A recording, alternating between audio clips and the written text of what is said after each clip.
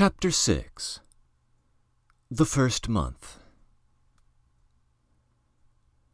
I had a little money when I entered the prison. I carried only very little on me for fear it should be taken away, but as a last resource I had several rubles hidden in the binding of a New Testament, a book which one is allowed to have in prison.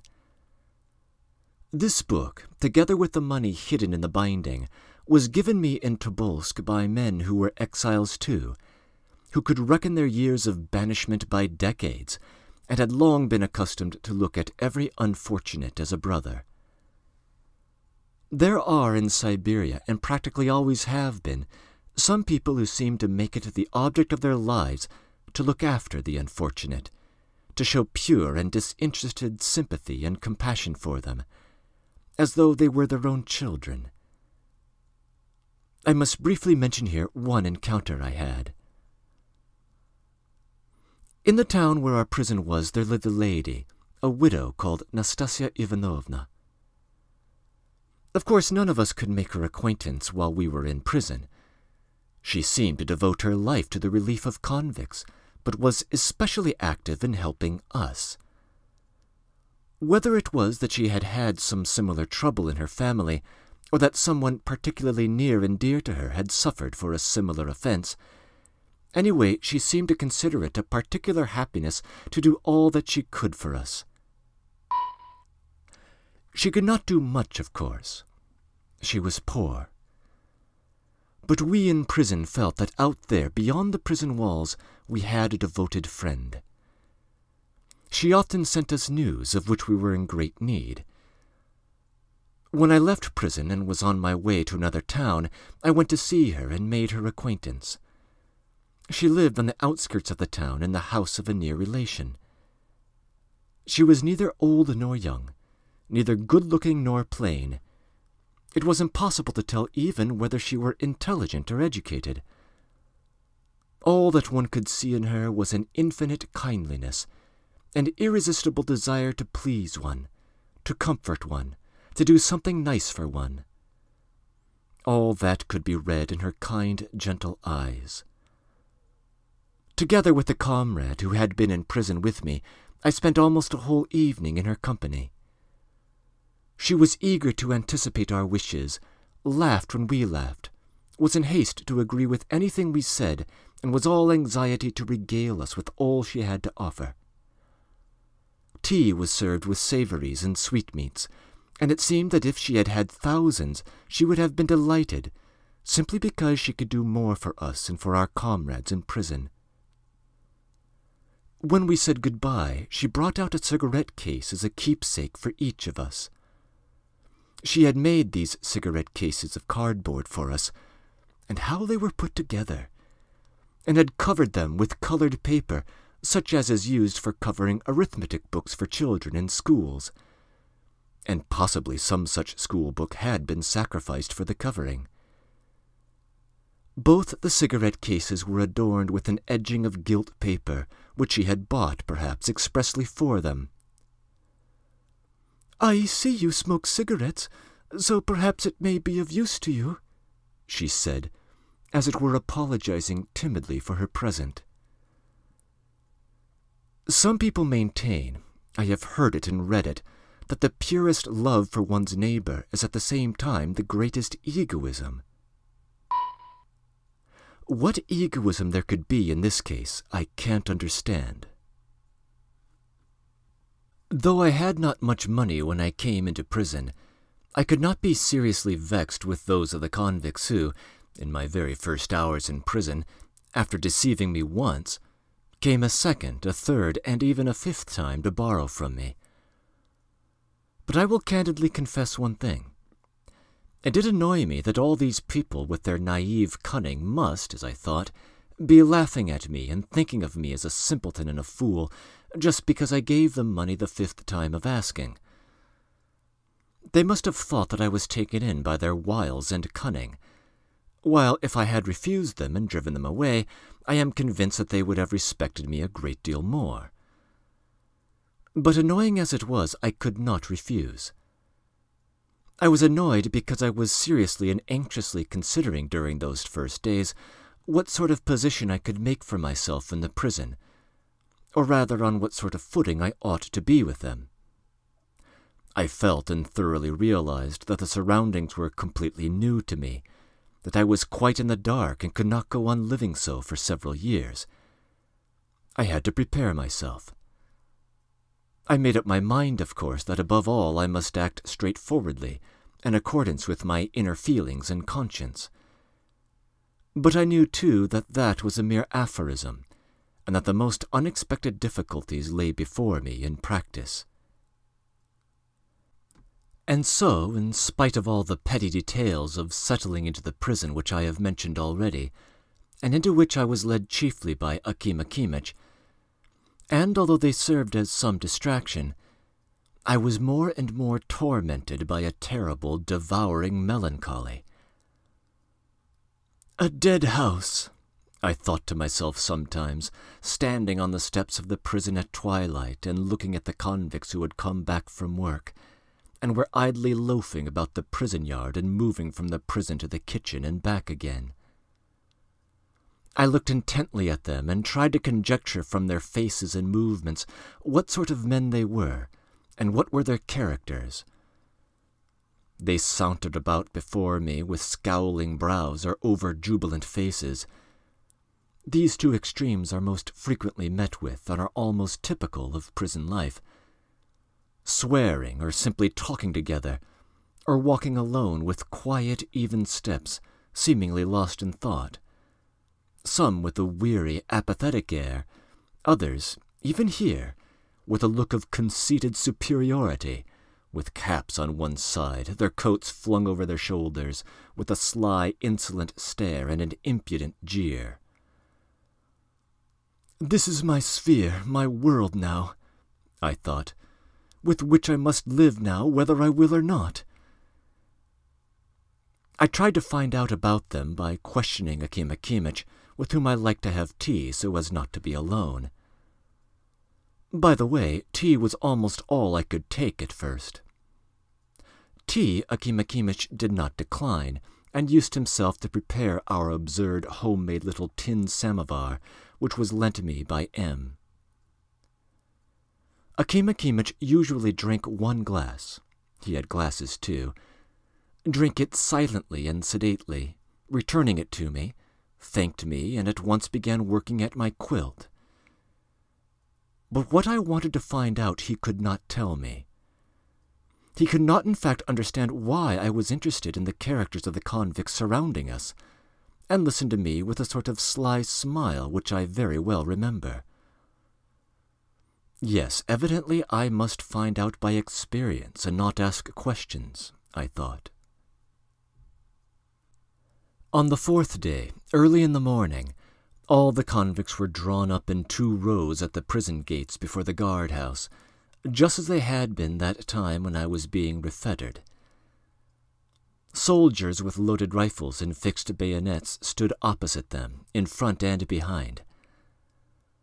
A soldier has the right to fire at a convict if the latter attempts to escape.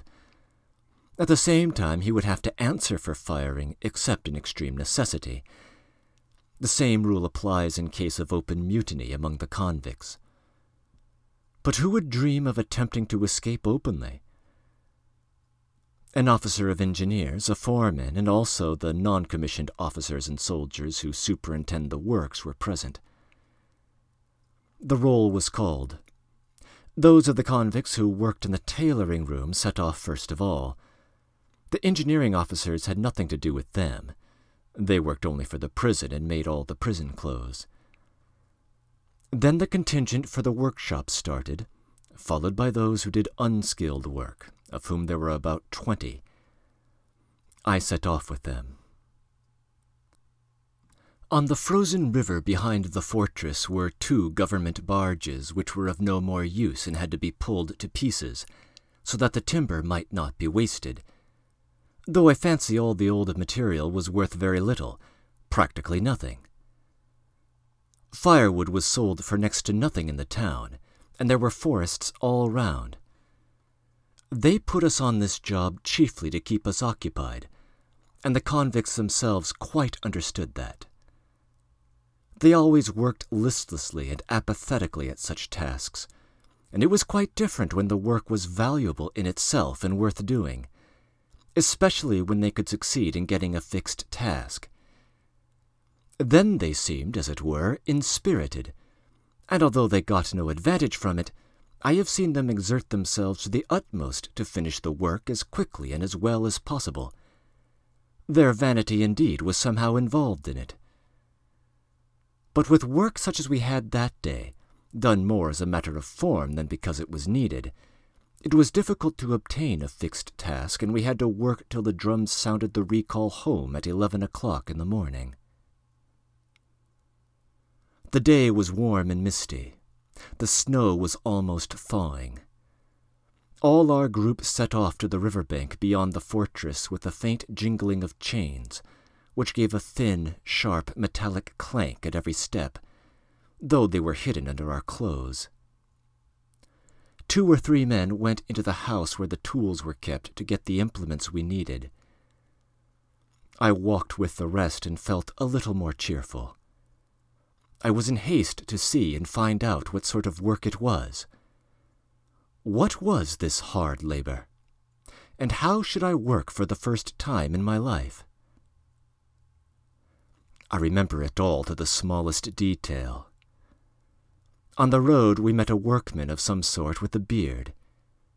He stopped and put his hand in his pocket. A convict immediately came forward out of our group, took off his cap, took the alms, 5 kopecks, and quickly rejoined the others. The workman crossed himself and went on his way. The 5 kopecks were spent that morning on rolls, which were divided equally among the party. Some of our gang were, as usual, sullen and taciturn, others indifferent and listless, others chattered idly together. One was for some reason extraordinarily pleased and happy. He sang and almost danced on the way, jingling his fetters at every caper. It was the same short, thick-set convict who on my first morning in prison had quarrelled with another while they were washing, because the latter had foolishly ventured to declare that he was a cocky-locky. This merry fellow was called Skuratov. At last he began singing a jaunty song of which I remember the refrain. I was away when they married me, I was away at the mill. All that was lacking was a balalaika. His extraordinary cheerfulness, of course, at once aroused indignation in some of our party. It was almost taken as an insult. He is setting up a howl, a convict said reproachfully, though it was no concern of his.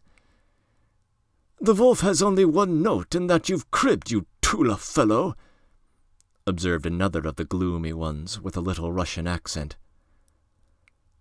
I may be a Tula man, Skuratov retorted promptly, but you choke yourselves with dumplings in Poltava. Lie away, what do you eat? Used to ladle out cabbage soup with a shoe. And now it might be the devil feeding us with cannonballs, added a third. I know I am a pampered fellow, mates, Skuratov answered with a faint sigh, as though regretting he had been pampered and addressing himself to all in general and to no one in particular. From my earliest childhood bred up, that is, brought up, he intentionally distorted his words, on prunes and fancy bread. My brothers have a shop of their own in Moscow to this day. They sell fiddlesticks in No Man's Street. Very rich shopkeepers they are. And did you keep shop too? I, too, carried on in various qualities. It was then, mates, I got my first 200. You don't mean roubles?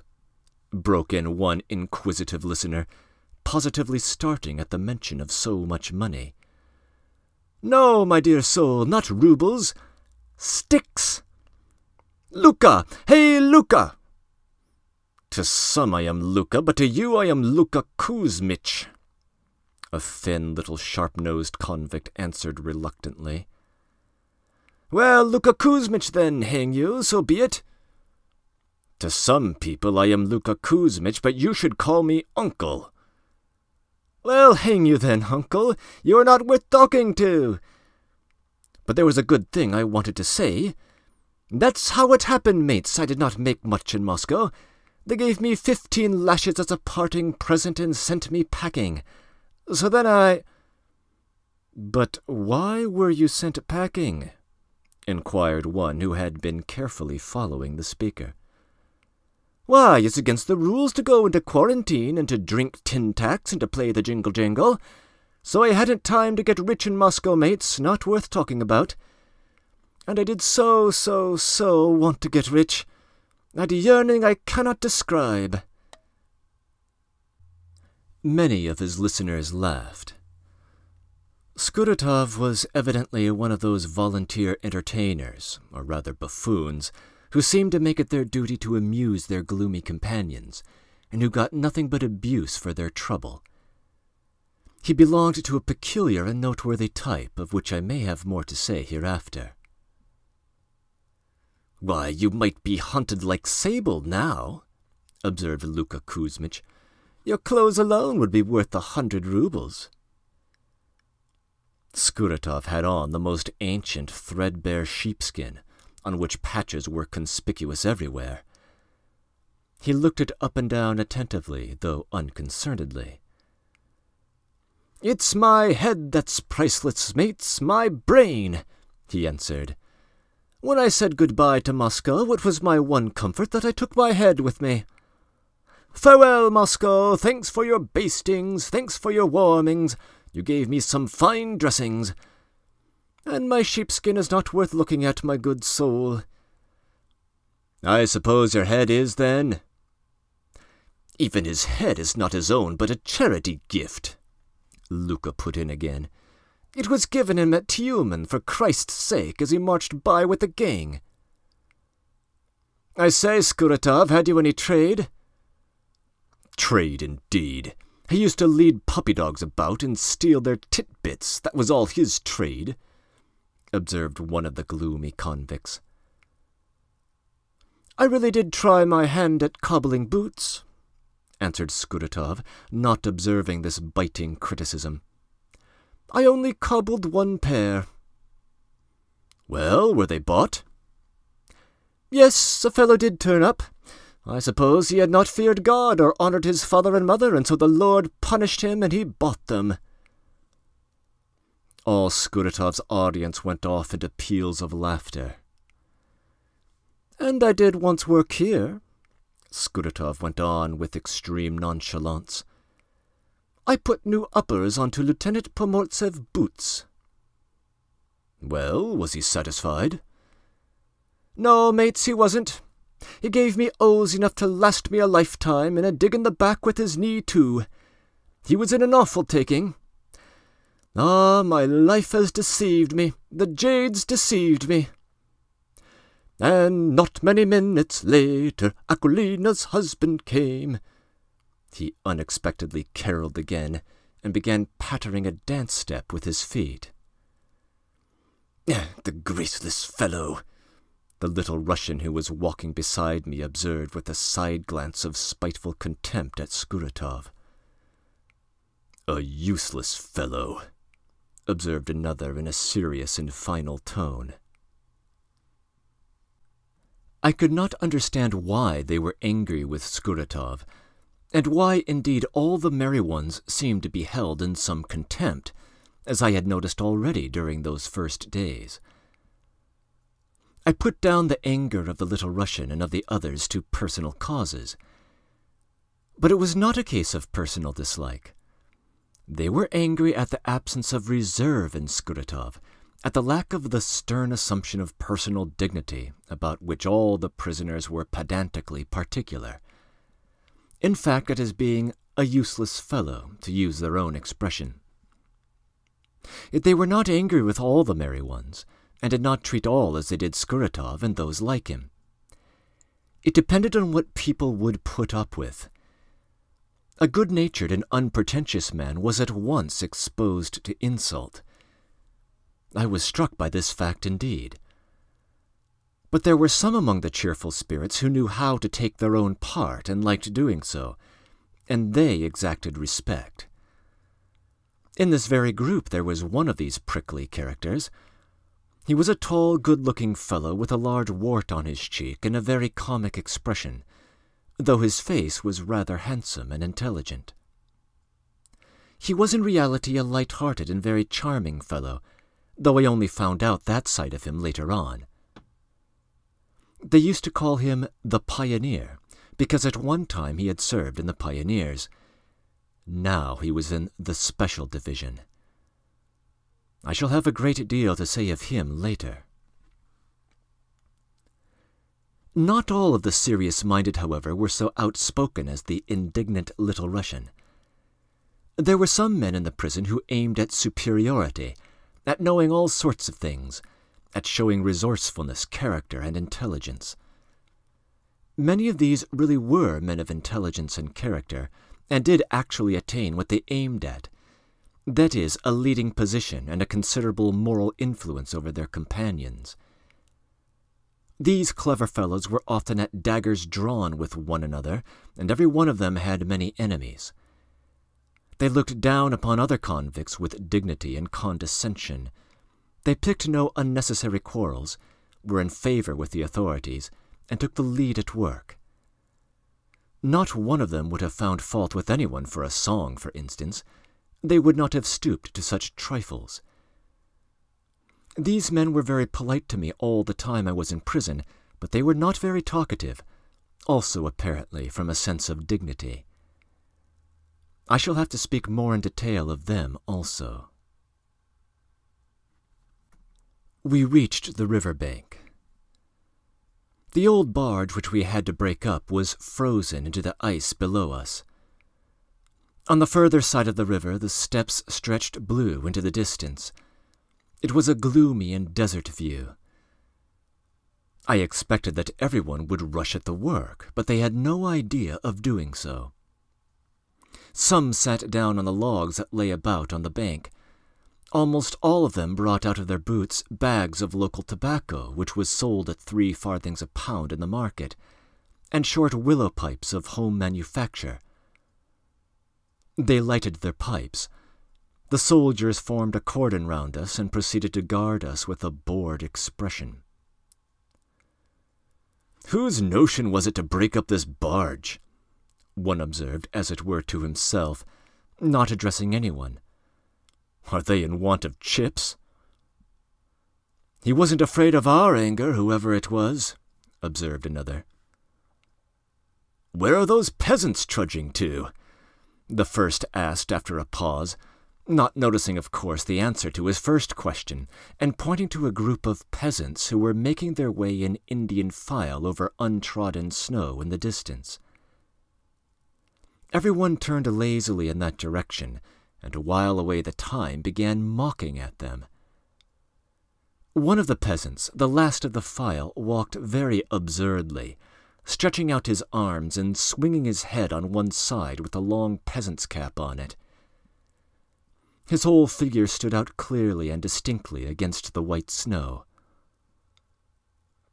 "Look how Brother Peter has rigged himself out," observed one, mimicking the peasant accent. It is remarkable that the convicts rather looked down on peasants, though half of them were of the peasant class. "The last one, mates, walks as though he were sowing radishes." "He is a slow-witted fellow. He has a lot of money," observed a third. They all laughed, but lazily too, as it were reluctantly. Meantime a baker woman had come, a brisk, lively woman. They bought rolls of her for the 5 kopecks that had been given us, and divided them in equal shares on the spot. The young man who had sold rolls in prison took 2 dozen and began a lively altercation, trying to get her to give him 3 rolls instead of the usual 2 as his commission. But the baker woman would not consent. Well, and won't you give me something else? What else? What the mice don't eat. A plague take you! Shrieked the woman and laughed.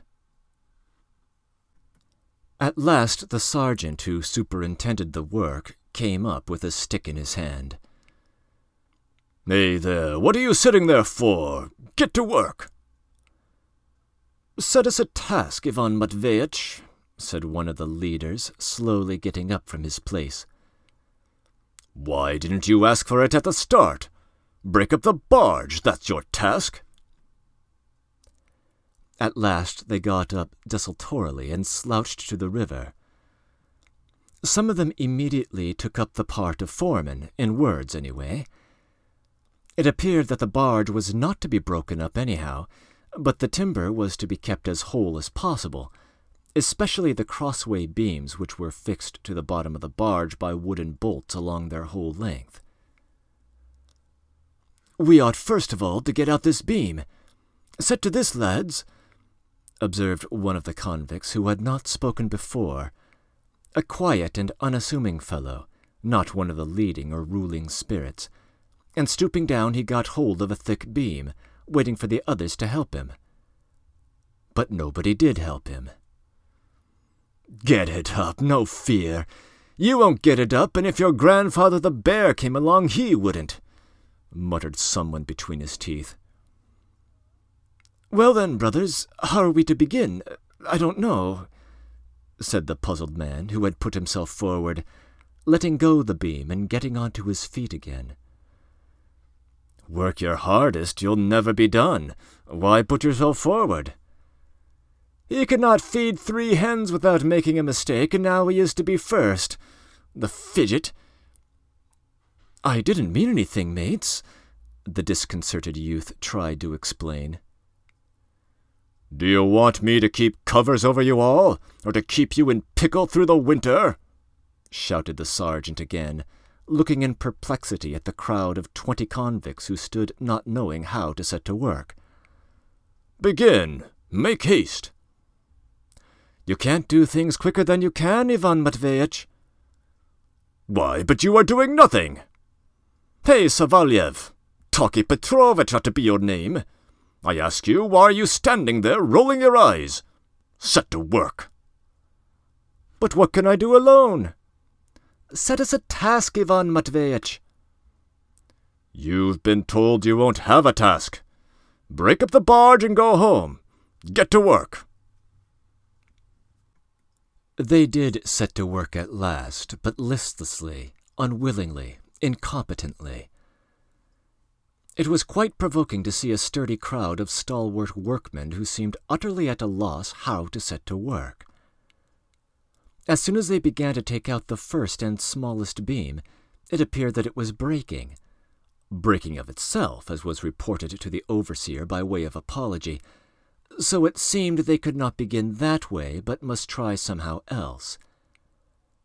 There followed a lengthy discussion among the convicts what other way to try, what was to be done. By degrees it came, of course, to abuse and threatened to go further. The sergeant shouted again and waved his stick, but the beam broke again.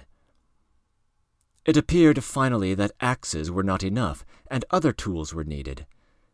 2 fellows were dispatched with a convoy to the fortress to fetch them, and meantime the others very serenely sat down on the barge, pulled out their pipes, and began smoking again. The sergeant gave it up as a bad job at last. Well, you'll never make work look silly. Ach, what a set, what a set! He muttered angrily, and with a wave of his hand he set off for the fortress, swinging his stick. An hour later the foreman came. After listening calmly to the convicts, he announced that the task he set them was to get out 4 more beams without breaking them, and in addition he marked out a considerable portion of the barge to be taken to pieces, telling them that when it was done they could go home. The task was a large one, but heavens, how they set to! There was no trace of laziness, no trace of incompetence. The axes rang, They began unscrewing the wooden bolts. Others thrust thick posts underneath and, pressing on them with 20 hands, levered up the beams, which to my astonishment came up now whole and uninjured. The work went like wildfire. Everyone seemed wonderfully intelligent all of a sudden. There was not a word wasted, not an oath was heard. Everyone seemed to know what to say, what to do, where to stand, what advice to give. Just half an hour before the drum beat, the last of the task was finished, and the convicts went home tired but quite contented, though they had only saved half an hour of their working day. But as far as I was concerned, I noticed one thing. Wherever I turned to help them during the work, everywhere I was superfluous, everywhere I was in the way, everywhere I was pushed aside almost with abuse. The lowest ragamuffin, himself a wretched workman, who did not dare to raise his voice among the other convicts who were sharper and cleverer than he, thought himself entitled to shout at me on the pretext that I hindered him if I stood beside him. At last one of the smarter ones said to me plainly and coarsely, "Where are you shoving? Get away! Why do you poke yourself where you are not wanted?" "Your game's up," another chimed in at once. "You'd better take a jug and go around asking for a halfpence to build a fine house and waste upon snuff. But there's nothing for you to do here." I had to stand apart, and to stand apart when all are working makes one feel ashamed. But when it happened that I did walk away and stood at the end of the barge, they shouted at once, "Fine workmen they've given us! What can one get done with them? You can get nothing done." All this, of course, was done on purpose, for it amused everyone. They must have a jibe at one who has been a fine gentleman, and of course they were glad to have the chance. It may well be understood now why, as I have said already, my first question on entering the prison was how I should behave, what attitude I should take up before these people. I had a foreboding that I should often come into collision with them like this. But in spite of all difficulties, I made up my mind not to change my plan of action, which I had partly thought out during those days. I knew it was right. I had made up my mind to behave as simply and independently as possible, not to make any special effort to get on intimate terms with them, but not to repel them if they desired to be friendly themselves, not to be afraid of their menaces and their hatred, and as far as possible to affect not to notice, not to approach them on certain points, and not to encourage some of their habits and customs. Not to seek, in fact, to be regarded quite as a comrade by them. I guessed at the first glance that they would be the first to despise me if I did. According to their ideas, however, I learned this for certain later on, I ought even to keep up and respect my class superiority before them. That is, to study my comfort, to give myself airs, to scorn them, to turn up my nose at everything, to play the fine gentleman, in fact. That was what they understood by being a gentleman. They would, of course, have abused me for doing so, but yet they would privately have respected me for it. To play such a part was not in my line. I was never a gentleman according to their notions. But, on the other hand, I have vowed to make no concession derogatory to my education and my way of thinking. If I had begun to try and win their goodwill by making up to them, agreeing with them, being familiar with them, and had gone in for their various qualities, they would have at once supposed that I did it out of fear and cowardice, and would have treated me with contempt. A was not a fair example. He used to visit the Major, and they were afraid of him themselves. On the other side, I did not want to shut myself off from them by cold and unapproachable politeness, as the Poles did. I saw clearly that they despised me now for wanting to work with them, without seeking my own ease or giving myself airs of superiority over them. And although I felt sure that they would have to change their opinion of me later, yet the thought that they had, as it were, the right to despise me because they imagined I was trying to make up to them at work, this thought was very bitter to me. When I returned to the prison in the evening after the day's work, worn out and exhausted, I was again overcome by terrible misery. How many thousands of such days lie before me, I thought. All the same, all exactly alike. As it grew dusk, I sauntered up and down behind the prison by the fence, silent and alone, and suddenly I saw our Sharik running towards me. Sharik was the dog that belonged to our prison, just as there are dogs belonging to companies, batteries, and squadrons. He had lived from time immemorial in the prison. He belonged to no one in particular, considering everyone his master, and he lived on scraps from the kitchen. He was a rather large mongrel, black with white spots, not very old, with intelligent eyes and a bushy tail. No one ever stroked him. No one took any notice of him. From the first day, I stroked him and fed him with bread out of my hands. While I stroked him, he stood quietly, looking affectionately at me and gently wagging his tail as a sign of pleasure. Now, after not seeing me for so long, me, the only person who had for years thought of caressing him, he ran about looking for me amongst all of them, and finding me behind the prison, ran to meet me, whining with delight. I don't know what came over me, but I fell to kissing him. I put my arms round his head. He put his forepaws on my shoulders and began licking my face.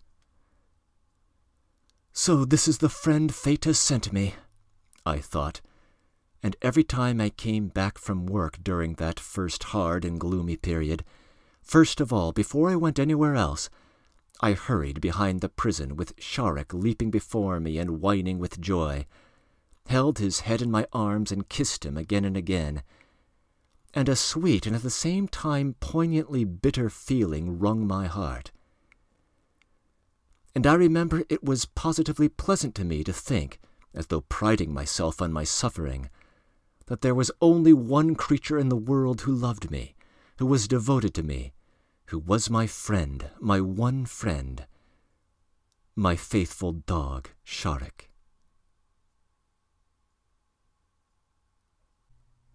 Breaking in. Our translator, Constance Garnett, adds a note on the first page of this chapter that when the Siberian widow takes a special interest in helping Goryanchikov and his companion due to the nature of their purported crime, that the author is referring to their arrest on political charges. This is a matter of interpretation by Garnett, but it is almost certainly right.